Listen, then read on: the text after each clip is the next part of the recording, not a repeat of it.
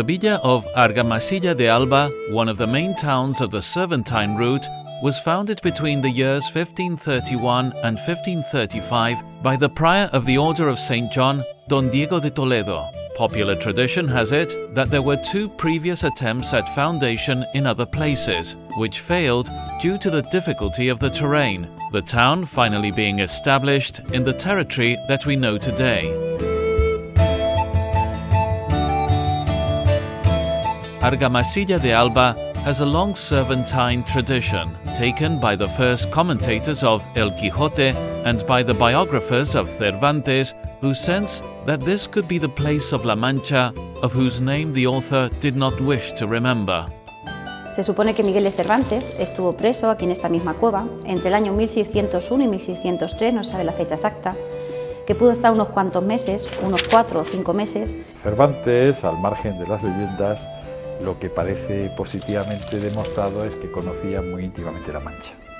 Cervantes desde niño, con 4 años, la cruzó porque su familia se trasladó desde Alcalá a Valladolid, de Valladolid fue a Córdoba, a Lucena, más tarde Sevilla, de modo y manera que conoció desde la más tierna infancia los paisajes manchegos. This tradition affirms that in the basements of what is known as the Casa de Medrano, Don Miguel de Cervantes Saavedra served time in prison, and in that gloomy place he conceived and gave birth to his masterpiece, the story of the ingenious gentleman Don Quixote de la Mancha.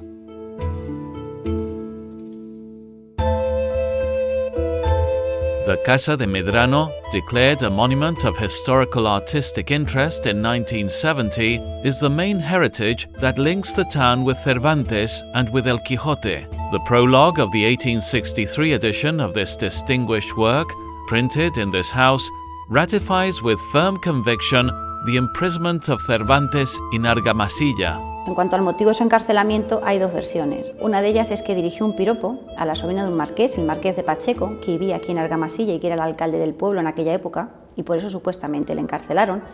Y la otra es que iba recaudando alcabalas, que eran impuestos, en nombre de una de las órdenes militares que había aquí en esta zona, que era la Orden de San Juan, sin permiso para hacerlo, y por eso supuestamente le encarcelaron. Names in Spanish literature as illustrious as Rubén Darío or Azorín have passed through the Casa de Medrano. They visited it on the 3rd centennial of El Quijote in 1905, after it suffered a fire. More recently, it was also visited by the Nobel Prize winner in literature, Mario Vargas Llosa.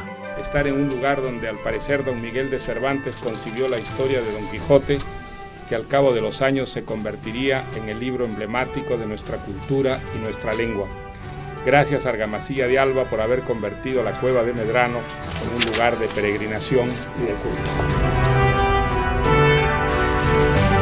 Cervantes himself, in the prologue of El Quijote, said in reference to his captivity, "What can my sterile and ill-cultivated wit bring forth but the story of a dry, wrinkled, capricious son full of diverse thoughts, never imagined by any other, as one that's brought forth in a jail where his seat is without comfort, and where every sad noise makes his habitat." Ante tanta injusticia, he pensado que voy a hacerme caballero andante, pero para ello necesito un escudero. Be that as it may, the truth is that it has always been affirmed that Cervantes suffered Manchegan cacique imprisonment in Argamasilla, in the aforementioned Casa de Medrano, and that at that time he had known Don Rodrigo de Pacheco, an insane nobleman who curiously had a sister named Aldonza, and that this character was taken by the distinguished writer as a model for his first rough draft of El Quijote.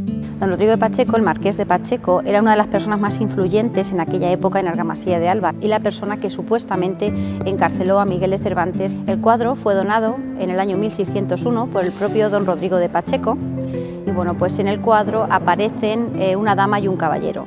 considerado por la tradición argamasillera como el personaje en el que pudo inspirarse Miguel de Cervantes para empezar aquí a escribir su obra, por la enfermedad mental que tenía este caballero. Don Rodrigo de Pacheco estaba enfermo, estaba loco. La ubicación real a la que vincula su historia literaria efectivamente es Argamasilla, por la sencilla razón de que empieza hablando de un lugar de la Mancha y acaba en ese mismo libro diciendo Argamasilla, lugar de la Mancha.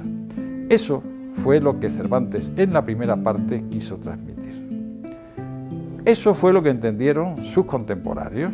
Prueba de ello es que su continuador, unos años más tarde, Alonso Fernández de Avellaneda, enseguida ubica inmediatamente a Don Quijote en Argamasilla. Argamesilla, según la forma que él presenta.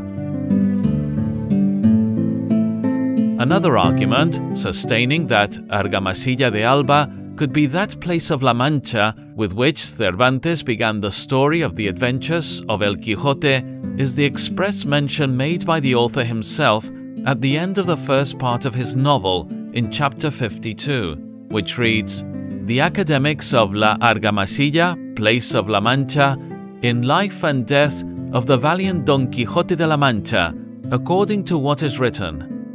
Likewise, the anonymous writer that hides behind the pseudonym of Alonso Fernández de Avellaneda dedicates his apocryphal Quixote of 1614 to the mayor, governors and gentlemen of the noble town of Argamasilla de la Mancha, happy homeland of the noble gentleman Don Quixote de la Mancha, and explicitly situates its protagonist in this town.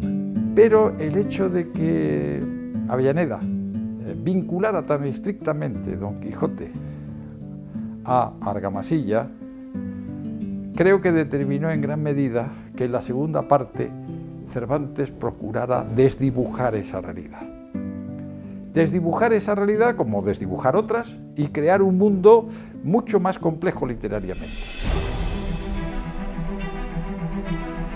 As well as being the homeland and birthplace of El Quijote, Argamasilla de Alba has the appeal of being the gate of entry to the natural park of Las Lagunas de Ruidera from the castle of Peñarroya, a structure, according to legend, of Muslim origin, but that according to archaeological and documentary studies made, is a 13th century Christian fortress built by the Order of St. John for the control of this part of the territory.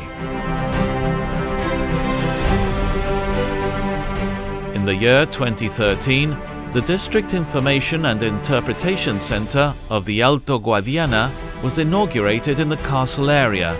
In it, the visitor can learn about the geographical, historical, and natural context of our land.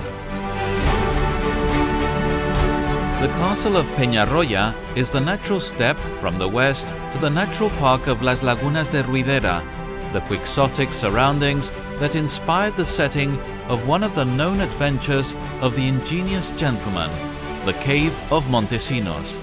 And with Guadiana your squire, and with the mistress Ruidera and her 7 daughters and 2 nieces, and with many others of your acquaintances and friends, we have been enchanted here by the wise Merlin many years, and although they exceed 500, none of us have died. Only Ruidera and her daughters and nieces are absent, who left crying due to the compassion that Merlin must have had for them. He transformed them into other lagoons, which now, in the world of the living and in the province of La Mancha, they are called the Lagoons of Ruidera. Desde siempre se ha venido afirmando que en los sótanos de esta casa, en la casa de Medrano, pues Miguel de Cervantes sufrió prisión, siendo incluso el propio Cervantes quien, con las alusiones que hace en el prólogo de su libro, pues alimenta estas afirmaciones. De ahí que finalmente acabe concluyendo que, bueno, no dice el lugar, qué lugar exactamente es, para que todas las villas de la Mancha, todos los lugares de la Mancha, se disputen la cuna de Don Quijote. Whether or not Argamasilla de Alba is that place of La Mancha which Cervantes did not want to remember in his Quijote, the truth is that the figure of this knight-errant is present and consolidates this Manchegan town as the Cervantine place par excellence.